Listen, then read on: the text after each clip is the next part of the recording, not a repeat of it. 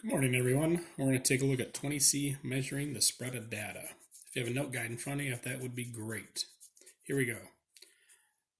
How to accurately measure the spread of data, the range, the interquartile range, IQR, and the variance and the standard deviation will be covered in 20F. Now you take a look over here, you have three sets of data where the mean's all the same, A, B, and C. The big difference is that the spread of data, however, is going to be different for A, B, and C, where most of the data in A is going to be clustered towards the middle, where B and C are going to be a little bit more spread out. The range. Difference between the maximum and minimum data values. So the range is you take the max minus the min. This is not considered to be a very particularly reliable measure of data, as it uses only two data values, and it may be influenced by something that's extremely low or extremely high. Lower quartile range. This is the bottom 25% of your data. So it's the minimum value of the lower half. That's why it's called Q1. Upper quartile range. That's the upper 75% or the middle value to the upper half, which is Q3. Interquartile range, you're going to find that by taking the middle half or taking the IQR is going to be Q3 minus Q1. Quartile 3 minus quartile 1. This is not affected by extremely low or extremely high values since it lies outside the middle 50% of the data. Now here's a set of data that we're going to find the range, median, lower quartile, upper quartile, and IQR. What I've done is I've gone to the liberty of going ahead and write all these in order from smallest to biggest. As I mentioned, to find the range, you're going to take the biggest number, 9, minus the lower number, 1. Subtract those together, and what you find is your range is 8. Now your median. What you're going to do in the median is you can simply count to the middle number, or how many data values do you have. So we have 1, 2, 3, 4, 5, 6, 7, 8, 9, 10, 11, 12, 13, 14, 15. So this 6 right here is going to represent the median.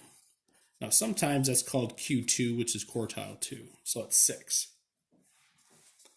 Lower quartile. When you do this, you can do the same thing we just did, but you don't count the median. So I'm going to find the number in the middle of the lower distribution of numbers. So 1, 2, 3, 4, 5, 6, 7. So it's going to be our fourth number right here, which is 3. So Q1 equals 3. Q3, we do the same thing. The middle number, 1, 2, 3, 4, 5, 6, 7, is going to be this 8. That is Q3.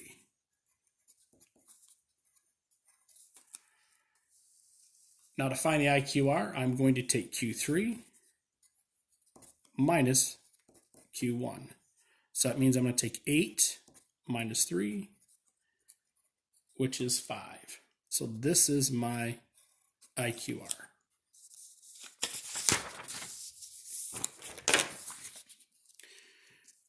Now at the top here, you can download this TI Inspire CX for student software. It's free. Just download it. It's free for 6 months, I believe, so it takes us sometime into September.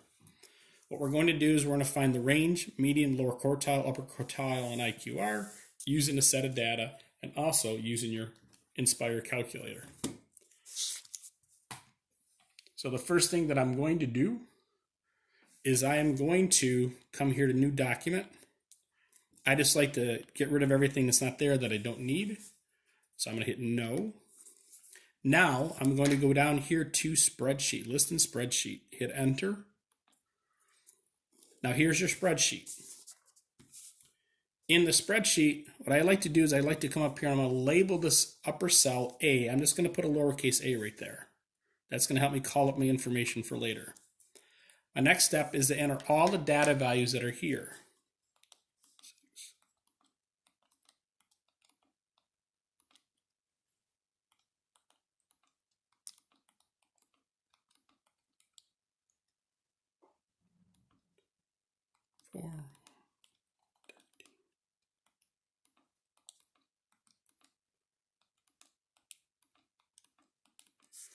Double check to make sure you entered those correctly, because if you didn't, what's going to happen is you're going to get something that is inaccurate. So I'm just cruising back up Just double checking my data values to make sure they are done correctly. 12, 7. The other thing you can do is just count those to make sure you also have the correct number of data values. Now, I'm going to come over here to cell B. Right over here, I'm going to write 1 of 6. The next step is I'm going to hit menu. Hit menu on your calculator and come down to stats, which is number 4. Hit the right arrow button, and I want a stat calculation.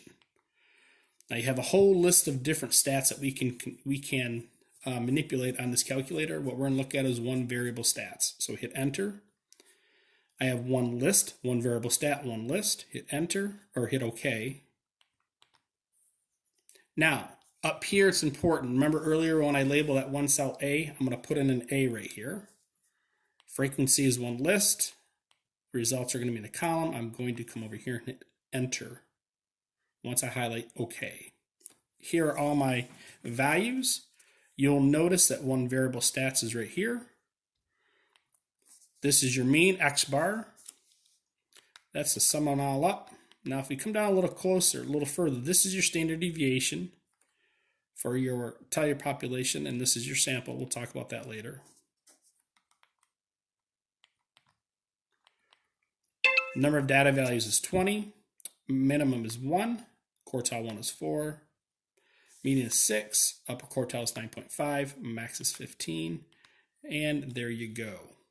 That is how you can use your calculator to come up with the 5 quarter points using your calculator. Let me know if you have any questions.